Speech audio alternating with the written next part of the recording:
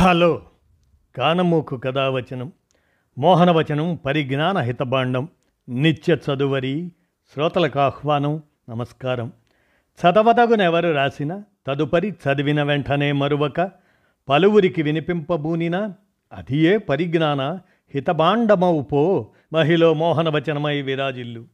పరిజ్ఞాన హితబాండం లక్ష్యం ప్రతివారీ సమాచార హక్కు. ఆస్ఫూర్తితోనే ఇప్పుడు ఆంధ్రజ్యోతి సౌజన్య సమాచారంగా కోకోపీట్ సంపద సృష్టి అనేటువంటి అంశాన్ని ఇప్పుడు మీ కానమోకు కథావచన శ్రోతలకు మీ కానమోకు స్వరంలో వినిపిస్తాను, వినండి. కోకోపీట్ సంపద సృష్టి. ఇక వినండి.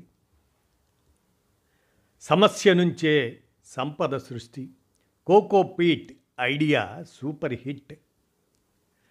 పారేసిన కొబ్బరి బోండాల నుంచి కోకోపీట్, కోకో పీచు విజయవాడ నగర ప్రజలకు మేలు, కార్పొరేషన్కు ఆదాయంగా మారింది. కొబ్బరి చెట్టు ఉపయోగాలు అనేకం. వాటి ఆకుల నుంచి వేర్ల వరకు మానవ జీవితానికి ఏదో ఒక మేలు చేస్తూనే ఉంటాయి. కొబ్బరి నీళ్లు, కొబ్బరి నూనె ఇటువంటివి మన ఆరోగ్యానికి ఎంతగానో దోహదపడతాయి. మామూలుగా గుళ్ళల్లో దేవుడి ముందు కొట్టే కొబ్బరికాయలు, మనం తాగి వదిలేసిన కొబ్బరి బోండాల వ్యర్థాలు కూడా మానవాళికి ఉపయోగపడవచ్చని సరికొత్త అర్థాలను చెబుతున్నాయి. ట్రీ ఆఫ్ లైఫ్ అని గొప్పగా పిలుచుకునే కొబ్బరి చెట్టు వ్యర్థాల నుంచి కోకోపీట్, కోకో పీచు ఇటువంటివి కార్పొరేషన్ తయారు చేస్తూ లాభాలను పొందుతుంది. గతంలో తాగి పారేసిన కొబ్బరి బోండాలు నగరంలో ఓ పెద్ద సమస్యగా ఉండేవి. ఏ మూల చూసినా కుప్పలు తెప్పలుగా పడి పారిశుధ్య కార్మికులకు ఎంతో తలనొప్పిగా మారేవి. దీనికి తోడు బోండాల వ్యాపారులు వీటిని బుడమేరు, ఏలూరు, బందర్ కాలువల్లో పడవేసేవారు. దీంతో ఆయా ప్రాంతాలు దోమల ఆవాసాలకు కేంద్ర బిందువులుగా మారి వాటి వ్యాప్తికి ప్రధాన కారణమవుతున్నాయి. కాలువలు ఎండిపోయిన సమయంలో దుర్గంధం వెదజల్లుతున్నాయి.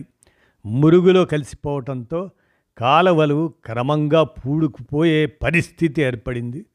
మురుగు సమస్య అధికంగా ఉండేది.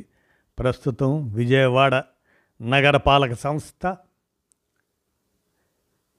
వేసిన ఈ నూతన ఐడియాతో ఒక పక్క సమస్యకు పరిష్కారం దొరకటమే కాక సమస్య నుంచి సంపద సృష్టిస్తున్నారు.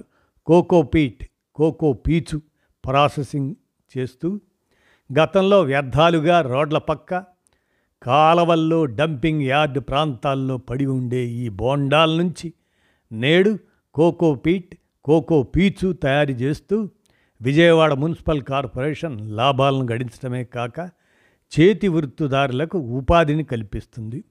ముందుగా కొబ్బరి బోండాలను సేకరించి అజిత్ సింగ్ నగర్లోని ఎక్సెల్ ప్లాంట్ ఆవరణలో ఏర్పాటు చేసిన కంపోస్ట్ యూనిట్కు తరలిస్తారు.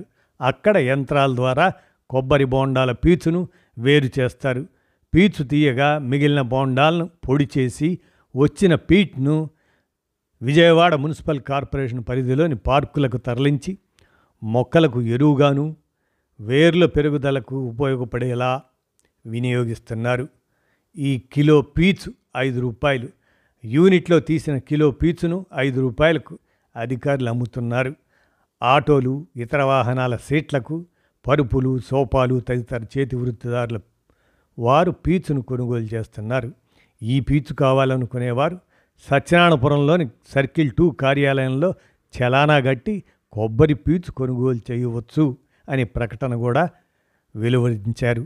ఇలా కోకోపీట్ సంపద సృష్టి అనేటువంటి ఈ సమాచారం ఆంధ్రజ్యోతి సౌజన్యంతో మన కానమోకు కథావచన శ్రోతలకు మీ కానమోకు స్వరంలో వివిధ నగరాల్లోని కొబ్బరి బోండాలు విసిరి పారేసే కొబ్బరి బోండాల నుంచి ఈ విధమైన కోకోపీట్ సంపద సృష్టిగా మారే క్రమాన్ని గమనించి నిరుద్యోగులు అలాంటి ప్లాంట్లను పెట్టుకోవటం, వారికి ఉపాధి అవకాశాలు జీవనాధారంగా మారటానికి ఆస్కారం ఉందని అర్థమవుతున్న రీత్యా ఈ అంశాన్ని మన కానమోకు కథావచన శ్రోతలకు మీ కానమోకు స్వరంలో వినిపించాను. విన్నారుగా. ధన్యవాదాలు.